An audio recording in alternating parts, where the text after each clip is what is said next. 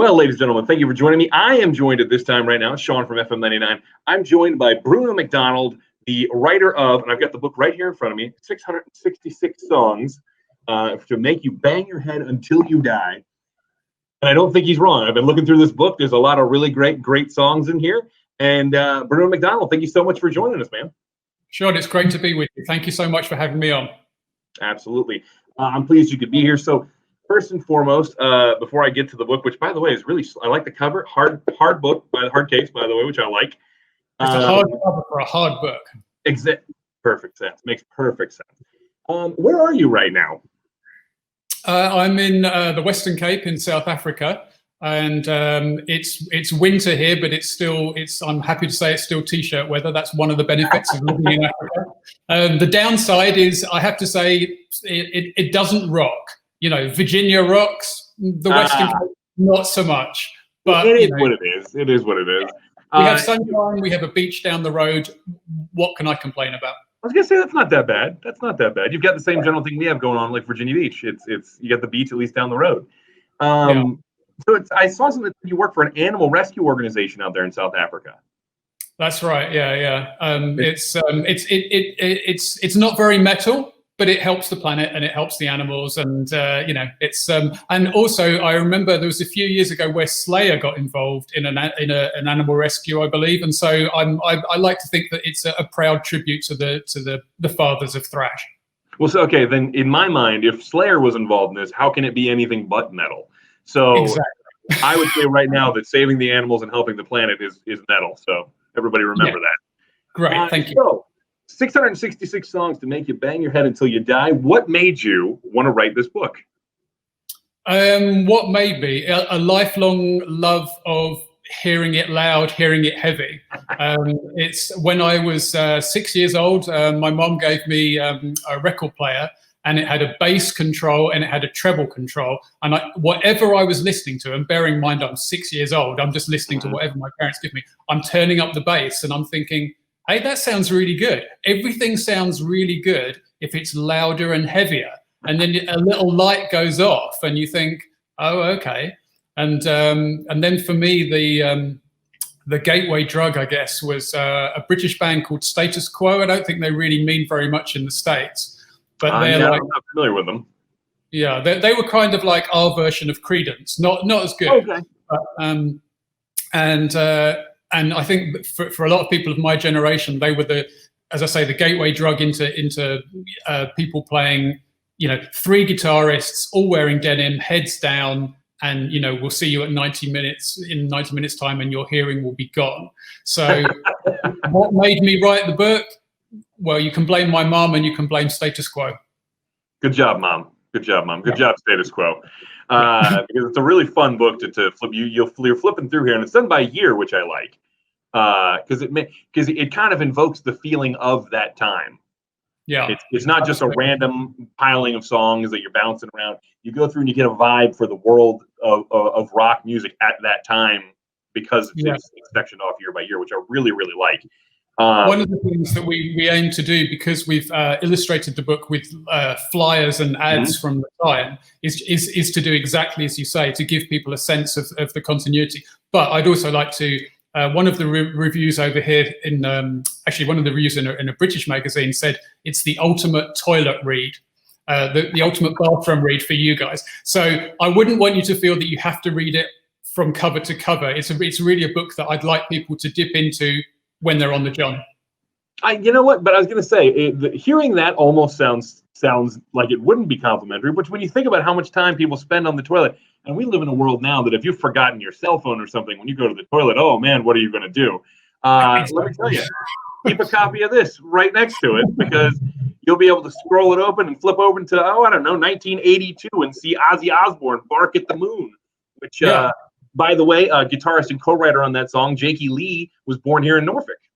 He was, yeah. I mean, Jakey Lee's, he's it's almost like he's been written out of history, because Ozzy's next guitarist, Zakk Wylde, who is fantastic, Zach Wild, a brilliant guitarist, and he's a great ambassador for metal as well. And so I don't begrudge him any of his success with Ozzy and also with Black Label Society. He's brilliant. I love him.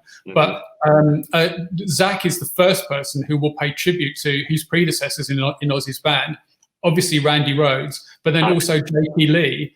And if you can, and Jakey Lee pretty much wrote "Bark at the Moon," which is, in my opinion, one of the top 3 Ozzy songs. And he's kind of, I think metal fans remember him, but I'm not sure that the world at large does. And so thank you Norfolk for giving us Jakey Lee. Well, on behalf of Norfolk, everybody's welcome. I was flipping through this and I'm just noticing some other local connections we had in here, at least for this area. Lamb of God with Redneck was in there. The band is from Richmond, which is only about an hour and change from here. That's from the 2006 era, which also, by the way, had Through the Fire and Flames by Dragon Force. So that's another great time frame as well. Yeah, absolutely. And Virginia's also, I'm sorry, I am just checking my notes here to check that I'm going to get this right. Dave Grohl, raised in Springfield. You are correct. And the one that I really, really like, actually, there's a Judas Priest song in the book called Painkiller, and that was the one that really relaunched them. They'd been through this kind of period where they were experimenting with guitar synths and stuff, and that stuff actually is better than history remembers. But then they came back with Painkiller, and for anyone who knows Painkiller, they'll know that the opening bit of that is this artillery-like drum solo by Scott Travis. And Scott Travis also from Norfolk. So Norfolk. God bless you. Talent. I need to come to Norfolk and walk those streets. When you are able to come back here, when the world is open for everybody to travel at will, you absolutely need to come here. There's a ton of music happening all the time in this area, and there's talent galore. As you can see, obviously in your book, you've pointed out a lot of it. Painkiller is an amazing song. Which, by the way, they also. Go ahead. I'm sorry. Sorry, I mean, what do you think? Do you think the Norfolk scene will recover after the whole pandemic thing? I do. I really hope so. I've been singing in bands since I was about 19 years old. So really, really hoping they do. But there's a really passionate group of people here about music, and I do genuinely think that when everything starts opening back up, we're allowed to start having shows again. I do think there will be a real genuine outpouring of support from the community, because we've seen time and time again this I mean, just our listeners alone, and that's not even everybody. When we have a situation where we're asking people to come together and to support people, they do it time and time again in this area. So I really do think when it's time again, people will be happy to go back out and see live music. Yeah, and I mean, there's no more loyal audience than the rock audience. I agree. I think everyone, as you say, will be thirsting for the live experience, whether they're into pop, R&B, rap, metal, whatever. But that rock audience is, because rock is so much a live experience, they're the ones who are going to be most desperate to get back to it, I think. I think you're 100% right, because there's just something, I can listen to the albums all day and enjoy them. But there's something about watching them perform live on stage. And I actually saw Lamb of God not that long ago, a couple years ago. And seeing Redneck in person is a whole different monster than it is hearing it on a record. Randy Blythe is such a great frontman.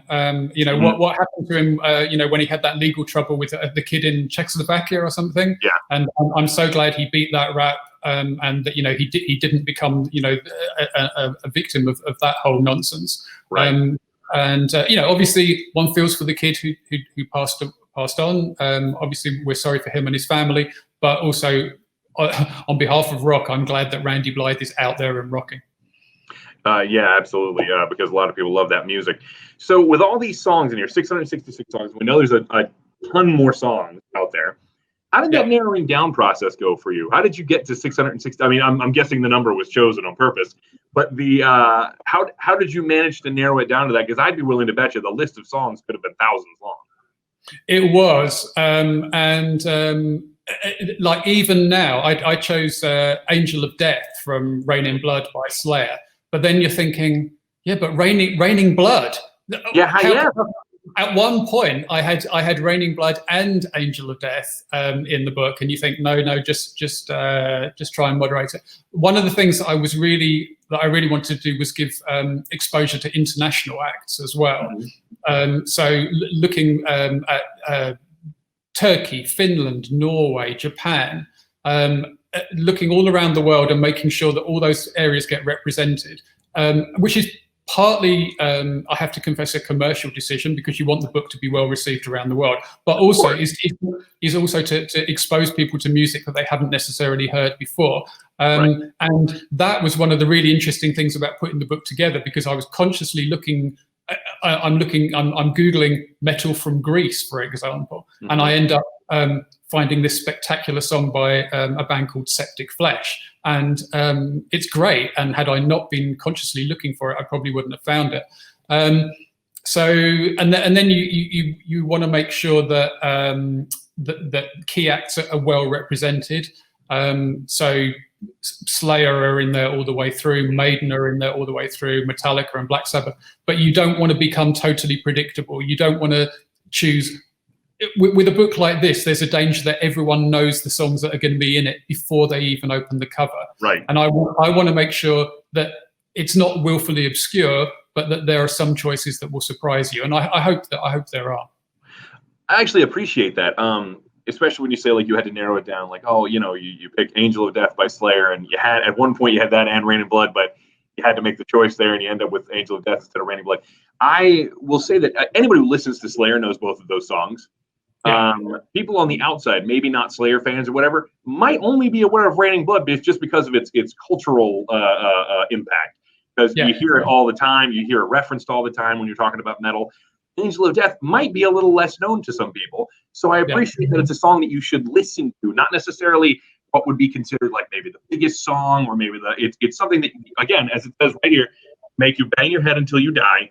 Songs you need to hear, I feel like, if you're a big rock or metal fan. And I completely agree with that sentiment. You brought up trying to have this international flavor and giving attention to some bands that hadn't gotten attention previously. Is there anybody you can think of offhand? You mentioned Septic Flesh. Is there another band you can think of offhand that you're really glad that you found and put in here because you want people to pay attention to them, that you think that people have overlooked at this point? There's a band that I didn't find them when I was researching the book, because I was aware of them already and I was already a fan. And I'm going to embarrass myself now, because I'm going to try and pronounce their name, and maybe you can correct me, because I actually don't think I've ever heard their name spoken out loud. Okay. Kverletak from Norway. I don't know that. I don't know that name. Oh, okay. They're like proteges of Converge. And okay. All right. They just make this. I've actually got a Norwegian ex-girlfriend, and I hope she doesn't watch this, because she's going to be so mortified at my attempts to pronounce her language. But they're a stupendous band. I think they're on about their third, maybe fourth album now. They've supported Metallica, but then everyone supported Metallica. At some point, you and I will support Metallica. Yeah. It's just something you have to do. And they're a really, really good band. So they're a band that I would encourage everyone to check out. I've got no idea what they're singing about. They're singing in Norwegian. They wear owls on their head. They managed to support Slayer and not get off. I'm actually okay. Now that you bring that up, the wearing the owls on the head, I'm familiar with who you're talking about now. Yeah. And their music is just absolutely joyful. I think with metal, there's kind of two. This is a huge generalization, but either you're moping around and you're listening to this really sad, depressing, bleak music, and you're thinking, this is it. The world hates me, and I hate the world. Right. Or you want to rock. Frankly, you want to bust out the air guitar. You want to bust out the air drums. You want to bang your head. And that band is the band to do it to. And that's really that's what I love about this music. I love that it's kind of weirdly life-affirming, even when it's talking about death and war and bad things. It's life-affirming. It's kept me going for decades. It really has. It's something that I've never grown out of. I can completely agree with that sentiment. And I've always thought to myself that just because maybe with a topic or whatever they're addressing is a negative topic, it doesn't mean that it has a negative influence on you. Sometimes singing about things that, sound sad, sound depressing, sound, it more than anything makes you feel like, okay, I'm not alone. Somebody else feels this way. And it gives you this kind of kinship and this connection with the musician that I think a lot of people really appreciate. I don't know. I've never actually been to a metal show in the States. Oh wow! I've been to tons of metal shows in Europe, obviously, and they're the best natured crowd that you'll meet. Mm-hmm. It's like there's never. I've got into one fight in my life at a show, and it was a Spice Girls show. And but I've seen all these other bands, and it's nothing but love. And I think the most violent experience that I've had, if you'd like to call it that, was seeing Nine Inch Nails at a tiny little club in London. And it was at a point in their career when they were filling arenas, so they did this club show as like a tour opener, and there were way more people in this club than there should have been. And obviously everyone's really hyped up. The band hadn't played in Britain in like 6 years or something. So it was incredibly violent. And my dad was with me, and he was well into his 70s at that point. And I'm thinking, oh my God, my dad's going to die in the mosh pit at a Nine Inch Nails show. And I'm thinking, that's pretty much how he would like to go. But how do I explain this to my mum? My mum likes rock, but not enough to sacrifice her husband to Nine Inch Nails. But still, while I'm saying it was violent, it was good-natured violence. Everyone's there for the same thing. Everyone's there because they love the music. So that's I can't remember why I've gone off on this weird tangent about my dad and Nine Inch Nails show, but it's to say this is how much we love the music, and it's not about beating each other up. It's not about any kind of rivalries. There's all these kind of stupid rivalries and nitpicking metal where people go, that's not real metal, this is real metal. And that's fun as long as you keep that all online. It's kind of the sort of nonsense that keeps us all amused. But I think once we're all together rocking out, watching a band, I think everyone is united at that point. And I love that about this music. I completely agree with you. I do think one of the worst things about probably one of my least favorite things about the metal community in regards to that is how people, these constant divisions of subgenres and this is this kind of metal, this is this kind of metal, and this almost preconceived notion that if you listen to this, you can't listen to this. And like if you're a fan of like death metal, you can't be a fan of I don't know, like Dragon Force, you know what I mean? The power metal or something like you can't cross those streams, which you absolutely can. There's so much good music out there, and you can enjoy all of it. And one thing you brought up is I've been to so many different kinds of shows, and across the board, it has been pretty much the same general type feel of crowd. Everybody there is so supportive and excited to be there. The first show I was allowed to go to without my family, and I can't believe they let me do this, was years and years ago. It was Slipknot, when their first big album came out, just the Slipknot album. Yeah. And it was at a little tiny venue here called the Boathouse. People will be familiar with here, which was a great place to see a show. And the mosh pit there, I remember being warned over and over and over about the mosh pit and how it was going to be awful, and how you were going to die in the mosh pit. And some kid gets knocked over, and I watched it. It happened in almost in slow motion in my mind. Everybody put their arms out and stopped everybody. They helped the guy up and made sure he was okay. They helped him get his glasses because they fell off. And then once everybody made sure he was okay, got right back to mosh pitting. Which was, and I thought that was the coolest thing ever. Can I just say how envious I am that you got to see the Knot at that point in their career? I mean, they're still, 20 years later, they are still a phenomenal band. And the fact that Corey Taylor sounds as good as he does now, maybe technically, actually, Corey actually sounds better now. And I think, how does he do that night after night, year after year, year after year? But there was, although they're still a phenomenal band, and I would go and see them in a heartbeat if they were to, once, as you say, the world gets back on its feet. But to have seen them then with that kind of absolutely manic energy, especially when there was that kind of mystery and enigma about them. You didn't know what they looked like. It was kind of, you and I are too young to have experienced Kiss when they were first around. And for to have all that mystery and enigma, it's like, where you're even wondering when you're a kid, are these people even human, or are they some kind of like X-Men type superheroes? And I think there was that same sort of vibe about Slipknot around the time that you're talking about, and I would love to have seen those shout moments. I bet that was a phenomenal show. To this day, it's one of my favorite concerts I've ever seen. The venue and the band. They were the band opening for them was a little band that nobody really heard of at the time called Kitty. The 4 girls, yeah. Oh yeah, and they were fantastic. And during one of the songs, I think it was back, they did a cover of "Run Like Hell" from Pink Floyd, and it was very metaled up. And but Mick from Slipknot came out and played with them, which was awesome. So it was a great show, and metal music, there's nothing like it. I really worry about Mick Thompson. I worry about him. I worry about him like I'm his mom, because he spent 20 years hunched over banging his head. He did. And Tom Araya does that, and Tom Araya had to have like some hideous surgery after banging his head with Slayer for decades and decades. Yeah. And so every time I see Mick Thompson on stage, I'm like, how much are you paying your osteopath? Because how are you still able to do that after all these years? And what kind of problems are you storing up for old age? I shouldn't be worrying, but Mick Thompson, hey, my thoughts and prayers go to your back and your neck, brother. when we're in our teens and 20s, we don't think about those things. Once we get a little older, all of a sudden we wake up in the morning, and if we slept wrong, we're damn near crippled. So, exactly. All of a sudden we worry about these things when we see people.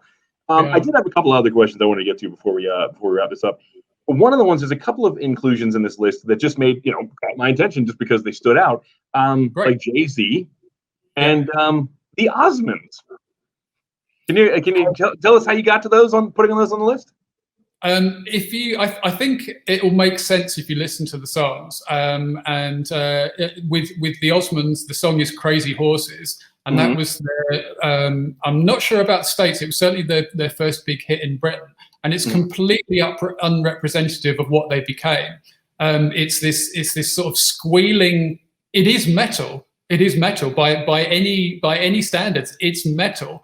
It's about as crazy a song. It's 1972, I believe. So you've got Alice Cooper doing "School's Out." "School's Out" is a great song. It's in my book, but "Crazy Horses" is like several leagues more nuts than "School's Out." I don't really have a huge opinion on what the Osmonds became. I did walk past Donny Osmond in Times Square, but I didn't shout out, "Hey, Donny, I love that bit in Crazy Horses." But if you want any more justification of why that song is in the book, listen to the Black Label Society's song "Crazy Horse" and tell me that Zakk Wylde was not listening to "Crazy Horses" by the Osmonds when he wrote that song. That's a fair point. That's the Osmonds dealt with, and Jay-Z. 99 Problems. Right. There's a really proud history in hip hop of using hard rock and even metal beats, and it goes way back past Jay-Z. And really, the first guys to do it big were Run DMC. Run DMC, yep. And their producer Larry Smith. He was the guy who kind of invented it. And then Rick Rubin, took the ball and ran with it. And Rick Rubin did phenomenal things, including 99 Problems by Jay-Z. But really, it all comes back to Run DMC. And they were doing it in late 83, 84, I guess. And then a couple of years later, it blows up when they do Walk This Way with Aerosmith. And I'd been listening to Aerosmith for a few years by that point, but they were still really a cult band in Britain. They hadn't broken through to the mainstream in Britain, which sounds ridiculous because you guys, they've been a huge band since the mid-70s. And I remember when that Walk This Way record came out, all of a sudden I'm like, yeah, but I've been listening to Aerosmith for years, because you're a kid and you that seems important. Like now it's ridiculous, but at the time it seemed important. And so from that point on, metal and hip hop so intertwined. Rage Against the Machine, God bless them, they built a career on that stuff. Consciously taking elements from hip hop. So you'd have Tom Morello's guitar emulating the scratches on a hip hop record. Right. And then people like Slipknot, using a DJ. And Yeah, actually, I watched footage of a festival show they did the other day, and their sound mixer is really on the ball because you can actually hear the turntables.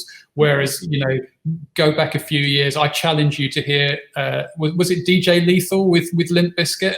I think if you watched any Limp Bizkit footage, you would struggle to hear the DJ on that. But with Slipknot, they actually make sure you can hear it because it's another part of the sound. So. Right.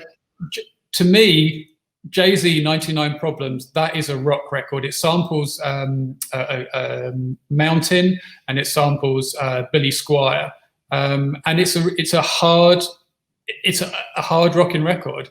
Even before they mashed it up with One Step Closer by Linkin Park, and that mashup is spectacular. It's brilliant. It really is.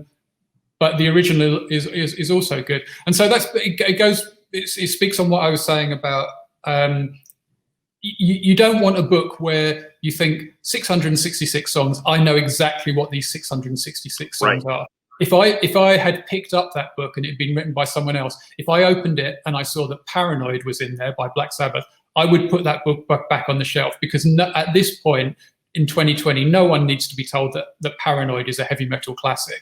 But if someone's going to tell you that 99 Problems by Jay-Z is a heavy metal classic or Crazy Horse by the Osmonds, then I'd hope you'd want to read that book to find out why. And then even better, I'd hope you'd want to listen to those songs. Yep. I mean, I will be honest, I had never heard Crazy Horses before, but I did go listen to it afterwards, and I completely see what you're saying about once you listen to it, there's no denying the influence there.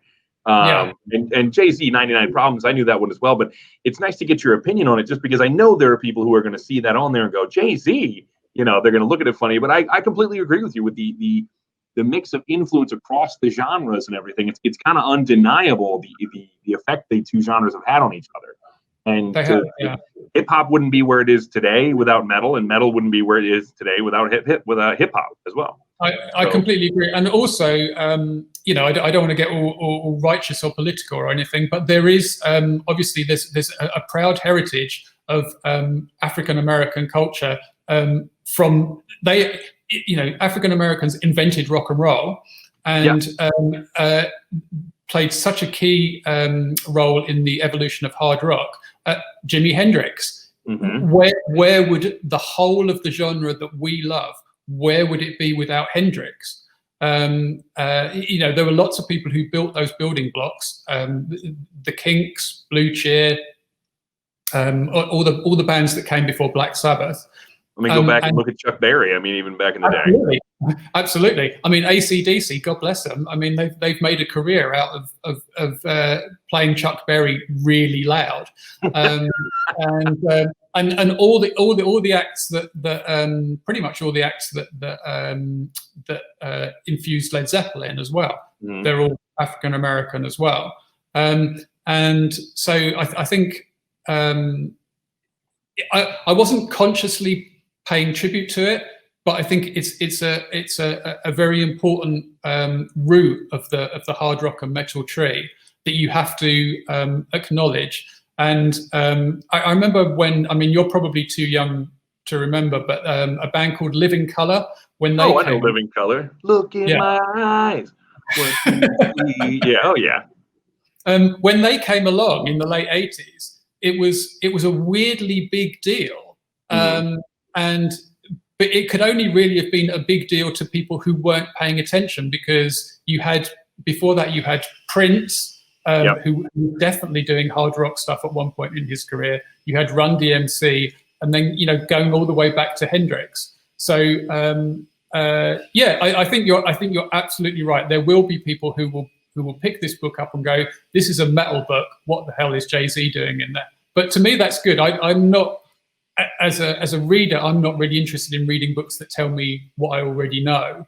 I'd rather someone introduce me to something. And I many years ago I worked on a book called 1001 Songs You Must Hear Before You Die. Mm-hmm. And one of the really gratifying responses that we've had to that, and we've had it a lot, is people actually sitting down and working their way through all the songs and listening to them. I was just thinking of that before we started this. I was like, man, I kind of want to go through this book and make a playlist of all these songs and just set it up to shuffle. Yeah, it would be good. And you know, a lot of them you're going to hate, and some of them you're going to think, well, it's okay, but it's nothing special. Right. But if I can just introduce you to like a handful of songs that you haven't heard before, and you think that's fantastic, that's my new favorite song, then that's my job done, because I love this music. But I wrote this book well before I had a publisher. I just thought, well, I'll just publish it myself. And you don't do something like that and put all the years of research that I put into it unless you love it. And if you love it, you want to share it. You know, if you can fall in love with a song or a band and then tell someone else, oh, you've got to listen to this band, it's fantastic. Right.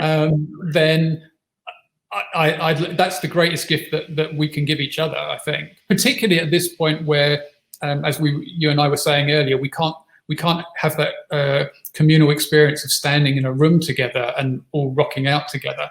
But if we can share songs and we can share our love for this music and keep it alive, you know, keep it alive. You know, people who say rock music is dead, metal is dead, live music is dead. Every now and then it'll go through dips and swells and whatever, but it's always going to come back because it's primal. It's primal. It's something about hearing, you know, that goes back to that's cavemen banging on rocks. That is. Yep. So I think that speaks to our very soul. So, I completely agree. Couldn't agree more. Again, it's called 666 Songs That Make You Bang Your Head Until You Die. Is it available now? I believe it's published on the 31st of August, but it's available. Coming up in literally just a few days. Make sure you find yourself a copy. It is a beautiful hardcover book here that you can pick up with. Actually, you just reference them. It's been an awesome time talking to you. I've had a blast talking music with you. And the next time, when the world is open again and you make your way out here to Norfolk, make sure you give us a heads up, because I would love to take you to a rock show out here in Norfolk when you finally get the chance. That would be absolutely my pleasure, and I'm so grateful to you for making the time to talk to me today. I've really, really enjoyed it. Thank you so much. I have as well. Bruno MacDonald, again, 666 songs. Bang your head till you die. Be on the lookout for the book. Comes out on the 31st of August. Thank you so much, Bruno. You have a great day.